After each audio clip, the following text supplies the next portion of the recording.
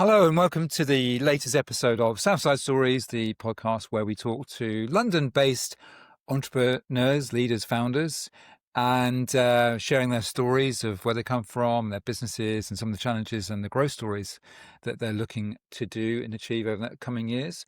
And just a quick reminder, if you haven't already done so, hit the subscribe button. We've got lots of interesting people still to come in the next couple of weeks.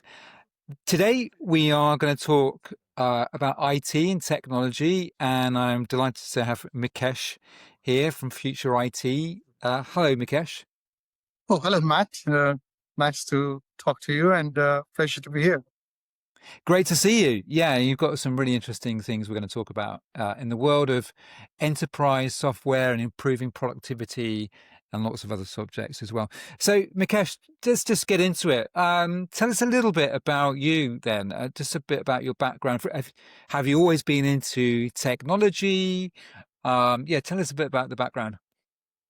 Yeah, well, I mean, I think Matt, technology is everywhere, so one can't escape it, and I think it was a similar thing with me. So, started off in the financial sector, and very soon branched off into the technology, particularly in sort of a related technology at the time, which is business applications, namely SAP, and it's been over 2 decades that. Still into it and still enjoying it. Fantastic. Yeah. And so you started off in the financial sector, and I guess, early start of the career, you worked for other people. What led you to start your own business? Well, I think the exciting thing about technology is the growth potential that it always offers. There's always the possibilities to do so much new, so much more. And I think it was what led me to explore this wide world of IT by setting up own business. And I just felt that, being in your own business just allows you those limitless possibilities to explore the new, to quickly scale up, to deliver some good value across a very wide customer base, some of which, being in an employment sector, sort of does tie you down. So, I think it was a very exciting jump at the time and never look back.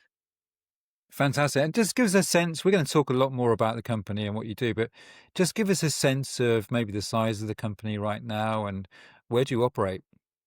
So we are a boutique, a very specialized and a focused partner.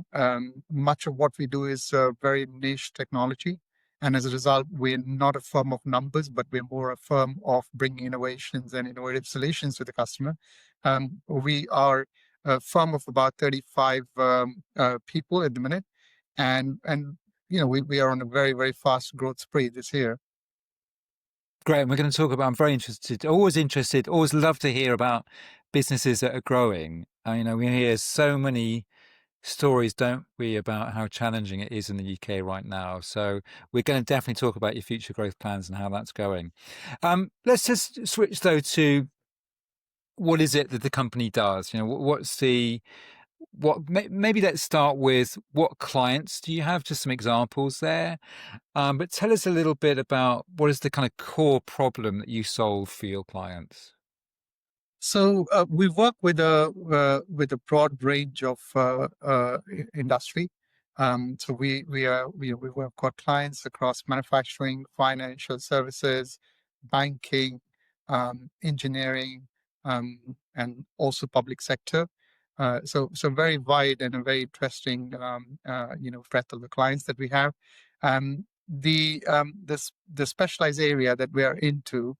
When we started the business, we as I said, that we started with business application software, SAP, which is, of course, was then and today continues to be the leading software, bringing a lot of value to enterprise clients. And within this larger area, over the years, we have carved out specialized domain that we operate in, bringing those solutions and services to the client. More recently, we are now heavily into the artificial intelligence as are most companies, looking forward to a very, very prospective,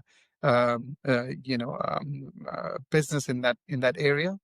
And more specifically, the area of AI that we picked up is digital adoption, which from having worked with enterprise applications for all these years, to me presents a significant value and opportunity to the business. Yeah, I mean, if I think about the modern workplace, it's interesting, isn't it? Because when I first started my career, in fact, I'm this old, right? We didn't even have email. We had a fax machine and we had internal memos, and then we had email, and then on we've gone. And we had the era of Microsoft uh, Office and Windows, and they were practically the only, in terms of an information worker, the only software that we sort of used. Um, but now the workplace is a lot more complicated. You have Slack and Yammer and lots and lots of different kind of more specialized services. And you've got the explosion of things like HubSpot in the marketing space. I mean, there's so much for employees and businesses to implement, to get their head around. Tell us a little bit about that, because I mean, clearly all of that stuff should have really have brought productivity and made our lives easier, but sometimes that actually feels a bit complicated. Tell me a little bit about how your solution might help with some of that.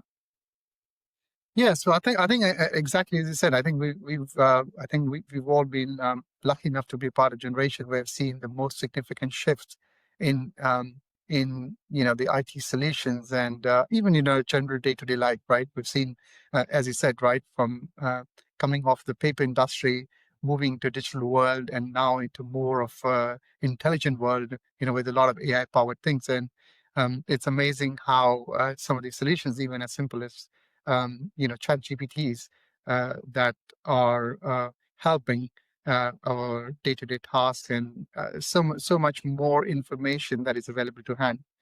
I think in the same space, we find that the specific area that we are specializing in now, which is digital adoption, brings, let's say, the similar ease and intuition, and simplicity for the users of this application.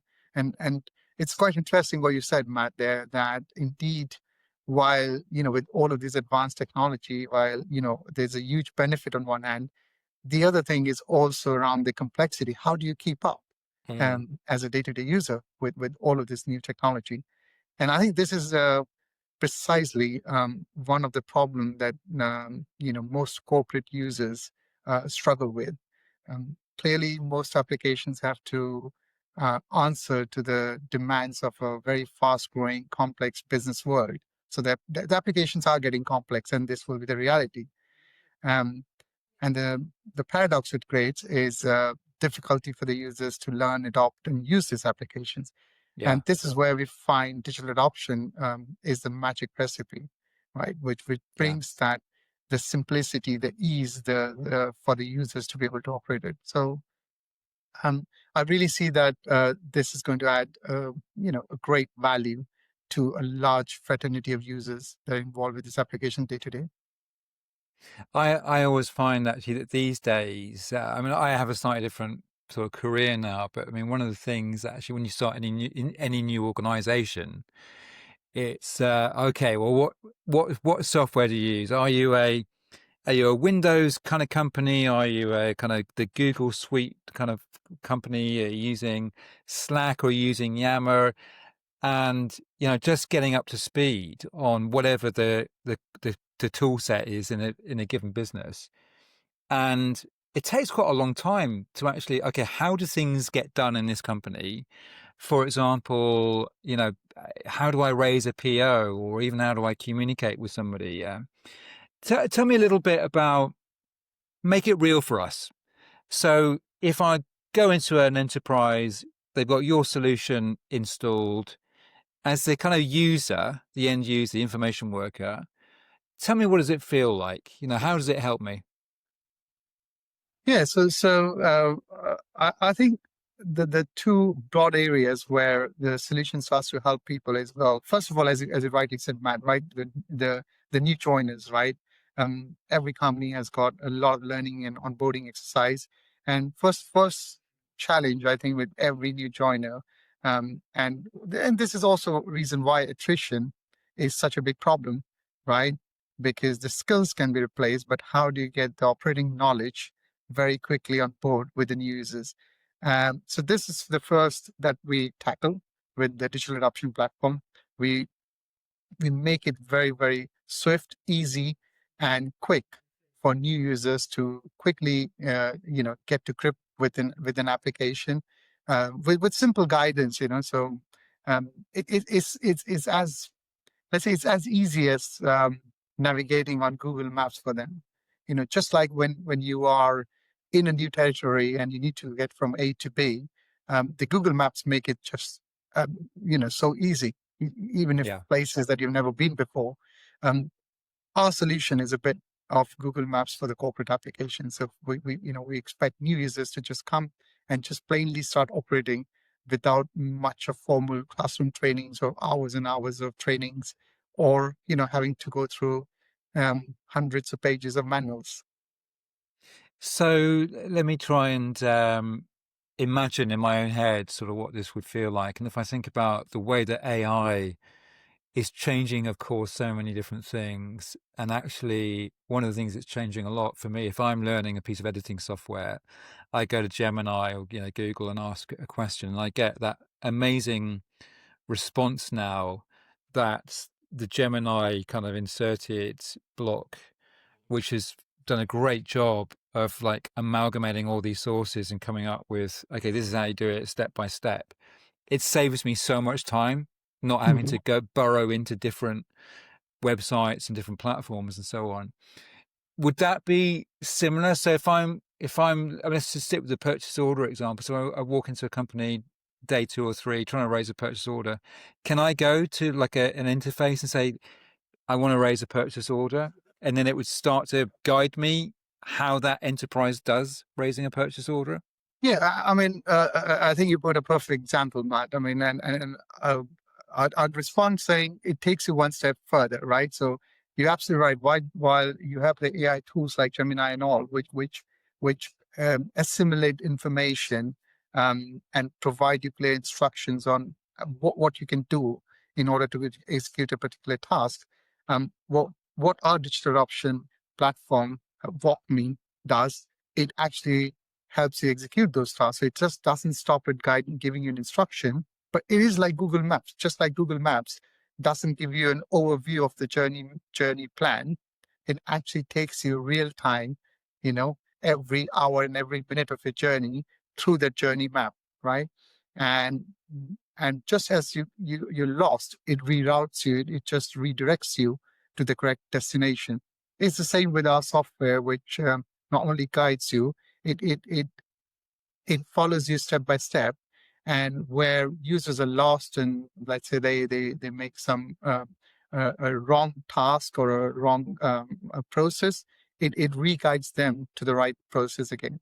So it's a really very seamless, efficient way of users interacting. To me, it's the modern way. It's a modern way where the guidance is very specific to you as a user. It's not one size that fits all, which has been the traditional training limitation. But here is an intelligent AI-based software that's able to intuitively guide users for the different level of expertise that they bring in using the application. And does it monitor me? So does it look at my keystrokes, or if it's given me guidance on how to do a certain task, is it then okay? Does it try and pull up that application for me? Is it sort of signposting where I should go in that application to do a task? Yeah, absolutely. So, Mm, so there are many ways it assists you. Yeah? It assists you at the very mm, start of, you just enter an application and you just don't know where to begin. So you yeah. just call, just like Gemini, you got a menu where you just say, hey, I want to create a purchase order. And it brings up the AI real-time guidance where you can click step by step and it can just help you create the purchase order. But it goes beyond. Um, with some powerful insights that it has on the user journeys, it's able to provide us factual data points on where the breakdowns have happened for the users, where they've spent the most time or they've been stuck the most. And this information is really powerful because what the system does then, with this information, you're able to then improve the system, okay, to make sure that the guided experience is getting better and better, right? There's also, and this is the intelligent part of of any AI tool, right? Is the LLM, or what we call as the self-learning capabilities. Um, this WalkMe platform also comes with those self-learning capabilities where it's evolving with the usage of this platform itself, is learning from them, and it's getting better and better by the day.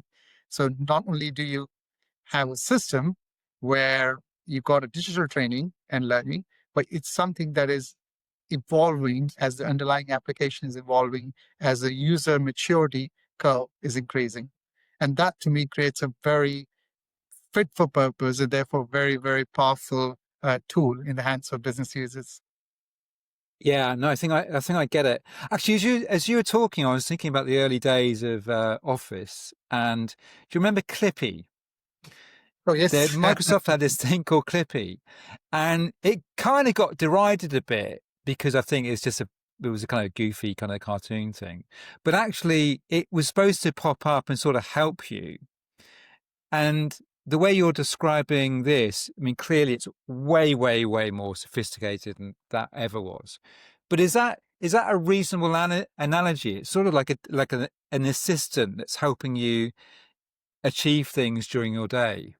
Well, I mean, I tell you that what is impressive about this, Matt, is that the users don't even see this platform, right? Don't see the software. Okay. It's so transparent. It's just like an overlay on an application, and that makes it more powerful. So unlike clip-its or post-its, where you see that there's something more you have to do outside the core application in order to call for help. Here, it's part of the application. The users cannot tell whether this help is part of the core application or it's something that is bolted on. So it's that I see. agnostic from a user point of view, right? I see. And Yeah. the other powerful thing it does, therefore, is not only is it guiding the users, and we keep always stressing on this, right? Because of course, with any digital learning and guidance, right, there's always a time bound limit to that. Because the question then springs to your mind is, well, what happens then once my users are up to a certain maturity curve, right? Does the application become therefore less useful in the context? What we are focusing on with this application is providing day-to-day operational excellence, right? And this to me is the core. And what I really mean by that is that, we know that time and again, most applications, even though they offer very sophisticated customization options to tailor those applications to the checks and rules that you want to follow, that you want the users to follow in your processes, the reality is that you don't have the choice in every application to do everything, right? So there's always a balance in terms of how many checks and balances the application allows you to do. And for what it doesn't, historically, it's always been left to users to say, well, but users must be trained, users must be educated, right? Now, here's the interesting thing. As the application maturity grows in the organization, the user maturity grows. And guess what comes in with that is, sometimes omissions, errors, bad practices creeping in, users knowing workarounds, shortcuts to get away. And all of that, for over 2 decades, we've seen is impacting the quality of information in that application, right? Now, with WalkMe, what we do is we fix exactly this part, right? So on a day-to-day basis, yeah, this is embedded in the native application. So those checks and controls, those rules, right, those data quality standards that an organization want in their processes are injected on a day-to-day basis with the use of WalkMe. We're not touching the native application, but we're building these rules in this overlay, which is not, let's say, conflicting with the native application, but it's providing that governance on the user. Yeah. And that's where I see there's a magical output in terms of processes which are perfect, not just day one, but throughout the application lifecycle. And this is something without WalkMe, I find that historically has been a gap. It's been something that Yeah. most of the most of the IT leaders with large industrial applications are facing, in terms of problem. Yeah, and I can absolutely see the problem that this solves for. Is there any concern around privacy from companies or the users? Yeah. So, well, no is the short answer, because the application has been. So first of all, WalkMe works with the underlying application. So WalkMe is not a data store, right? It doesn't store Mm. any data. The state data is Uh-huh. stored in the underlying application. Um, Uh-huh. Even the set of rules and checks and rules that you set up in WalkMe, even these are held in in a cloud environment, which we know which are sovereign rated, right? So just like the SAP provides very very tight layers of security, depending on what level of security the organization wants, it's a very similar structure and landscape that WalkMe provides for its own database. Although it stores, as I said, it stores really very little data, so there's less of Yeah. stringent requirements Okay. around the data protection on WalkMe. Great. Let's elevate then out of the sort of end user. What would be some of the core, if I'm an enterprise, if I'm a CFO, if I'm the IT, the CTO, and I'm thinking about this, what would be some of the core business benefits that come with this? Um, I'd say that the first most compelling proposition is, what does it take to actually bring this digital adoption into your corporate landscape, Mm. right? The installation of this platform is very very easy and quick. So we're Hmm. talking weeks, um, not months and years, right? So that's a very Hmm. compelling proposition. The second thing is the setup of the digital adoption for the underlying application is again relatively a quick exercise, right? Because it's creating workflows on the top of the application. So it's reusing a lot of information that is already in the application, but just putting the right layer of guidance, the right layer of structure um, onto that, right? So it's leveraging Yeah. what is out there. It's not an offline thing. And really, in terms of the benefits, what it brings along is the speed, the Hmm. simplicity, uh, the productivity that the business gains, Hmm. the reduction in the IT support tickets. Hmm. I think there is tremendous benefits, and with the quality of the information that is maintained in the underlying systems, right? All of the feature upgrades of this of your corporate applications become so much more seamless and easy and less expensive. Today, we know one of the biggest bugbear in upgrading any of a complex corporate system.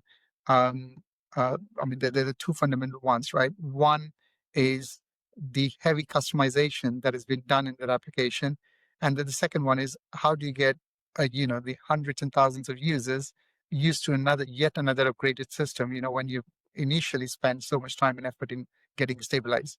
Now, with WalkMe, both of these limitations are addressed. Yeah, because one, on a day-to-day basis, right from the day the application has come into existence, it maintains the quality, and also by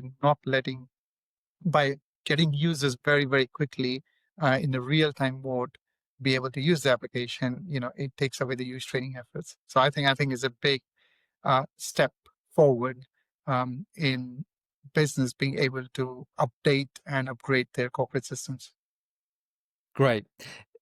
A case study or two might really bring all of this together. What's a great case study or a company where you've had a really Yeah, great well, I mean, implementation of there's this? been quite a few interesting projects that we've been working on, across different industries and different clients. But a couple of them that just spring to mind, and these have been quite a good turnaround in quite a pleasant way, right? And I think um, one of these projects for one of the public sector entity, space agency, we've done is really um, challenging or putting the tool to its maximum use, right?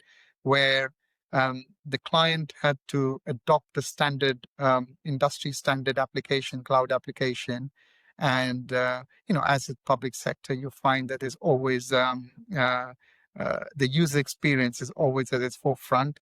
Um, it's quite demanding. It's a very different set of user base.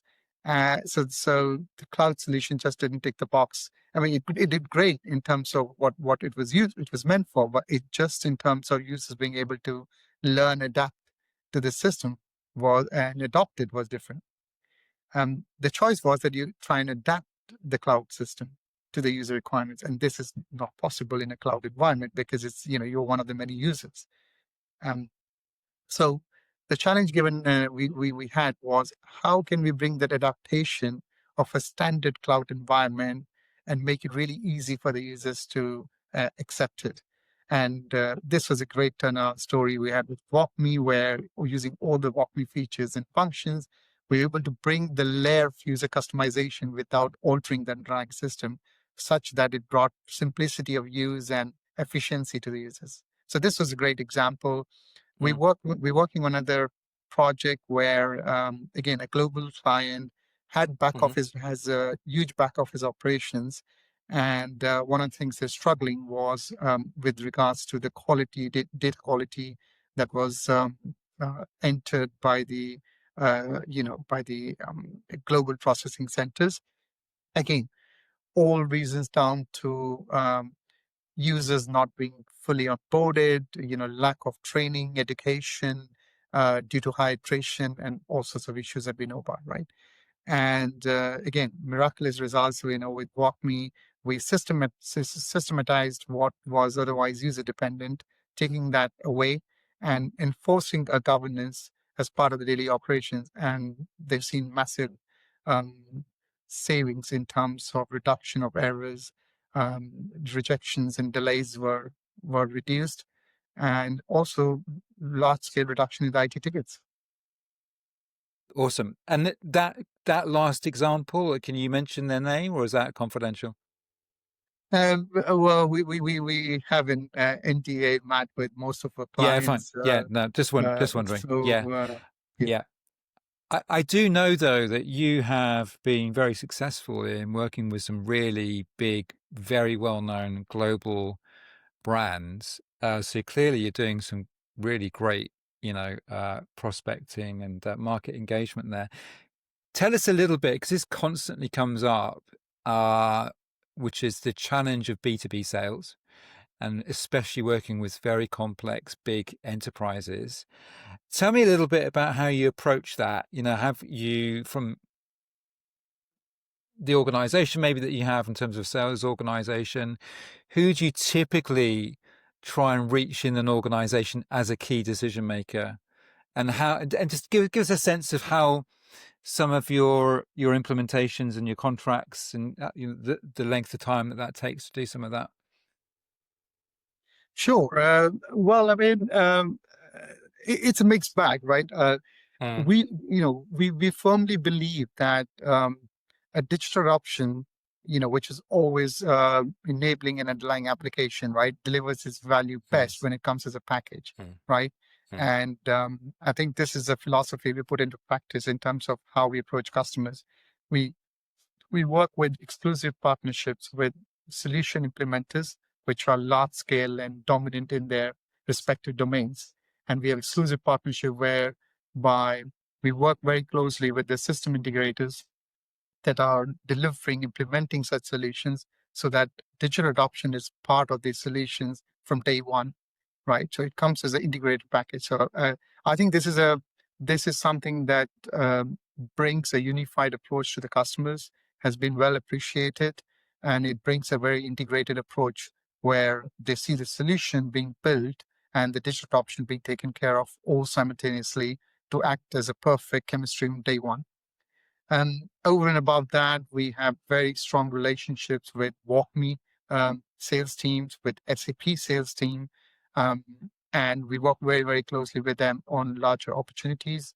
Um, we um, we believe, look, we are very focused, right? And I think that focus brings a quality, brings a different dimension of the service that we deliver to the clients, which really helps um, to sell that value across to the client.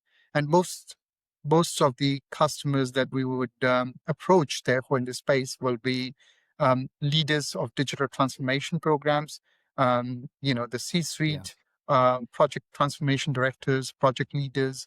Um, Yeah. I mean, anybody and everybody who's involved with corporate applications in Yeah. terms of, its rollout. I Yeah. think they are direct customers. Yeah. Great. All right. Let's look to the future. You talked about your geographic footprint, your staff. Tell us a bit about the ambition. Where do you want to take the business in the next couple of years in terms of maybe revenue size or markets or customers?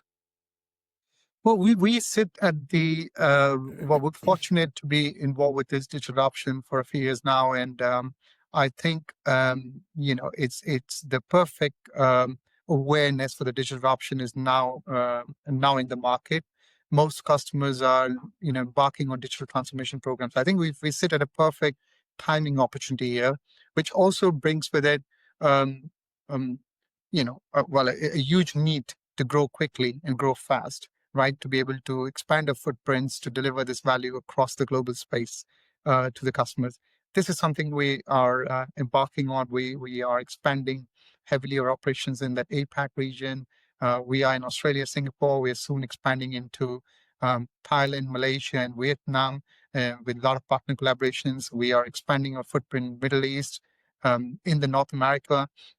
And I think with the global footprint, we bring the global competencies, the best of competencies from the east to the west. We bring the capabilities to serve customers, in multiple geographies. And I think we have many of the large customers who have factories, markets, offices across different parts of the globe, and often tend tend to work with a supplier, a very focused niche supplier that has presence and has the capabilities to serve different zones.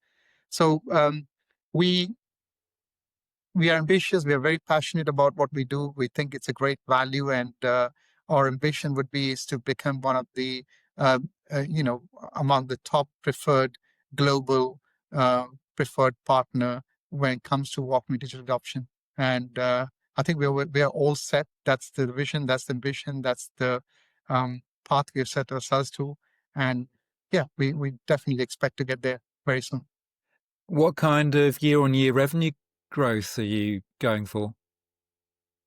Um, as I said, that the market is expanding very, very quickly, Matt. Here, it's an amazing time to be sitting on this opportunity, and I would say a 40% CAG is is also an understatement, right? So I think this is a time where we're beating our own expectations, and I think the growth is limitless, especially in the next few years as well. So we hope to. Outbeat our expectations. We hope to keep up and be able to serve more and more customers. Great, love it. I love the ambition. I love the enthusiasm because talking, I think we've had about 30 plus businesses, and I talk to probably a couple hundred businesses a year. Generally speaking, I would say that sentiment is sort of neutral to slightly under neutral. So actually, it's very refreshing to have something that's seeing so much opportunity and is really going for it, especially on that international viewpoint as well. Tell us a little bit about. We're going to move towards the end now, but tell us a little bit about leadership. So you've been, uh, quite a few years. How many years have you been going now with WalkMe and with Future Right. IT? Yeah. So we've been in the business since 2009, so it's been a very long period. And particularly, as I Yeah. said, in the digital adoption world, we've refocused ourselves for 2 years now. Um, and um, I think internally, when I look at leadership, I think it's an interesting one you say, Matt. And when you're growing this fast, it does call for a lot of quick adaptations, adjustments, and re-innovating, right, the leadership principles, the ethos that you have. We have today the management layer. which I'm very proud of because it's a very multicultural. Coming from different diversities. We have Australian, we have Thai, we have South Africans, American, uh, British. So it's a very big board, and I think this is a very good chemistry we share of multicultural thing. Um, of course, my personal idol remains Musk. I'm really amazed by his just untiring dedication, his commitment, his vision, his speed to bring ideas to reality. And I think I'm highly moved by that, and like to, let's say, you know, put that into real life for ourselves when we sit on such a big opportunities to really put those ideas into reality in a very short span of time. And I think we are set, we are committed, and confident to get there. What would you say is when you look at expansion and you look at your leadership style, and what would you say is one or two of your biggest leadership learnings? And where's your leadership sort of edge? Where is it? Where are you being stretched as a leader now? You've got this great ambition, expansion. Where's some of the envelope? It's like, I'm still learning this. I'm still getting good at this particular part of leadership. Where would that be? No, there is a lot of learning day by day. I tell you that the longer you're in business, the more Yeah, you learn. I always put it this way, right? Uh, yeah, the most learned in the business are not, they say that the most learned are the people that spend the most years. And that's simply because you're learning each day. So you've just been, fortunate enough to have all of that learning. And it applies to me. I mean, I learn every day. There are, you know, it's always true that when you come as a founder, as a small leadership team, the vision is very easy to sell and to align within the team. But when the leadership starts to grow, right? How do you ensure that the new leadership people that are joining in align to the same vision, can catch up with the same speed?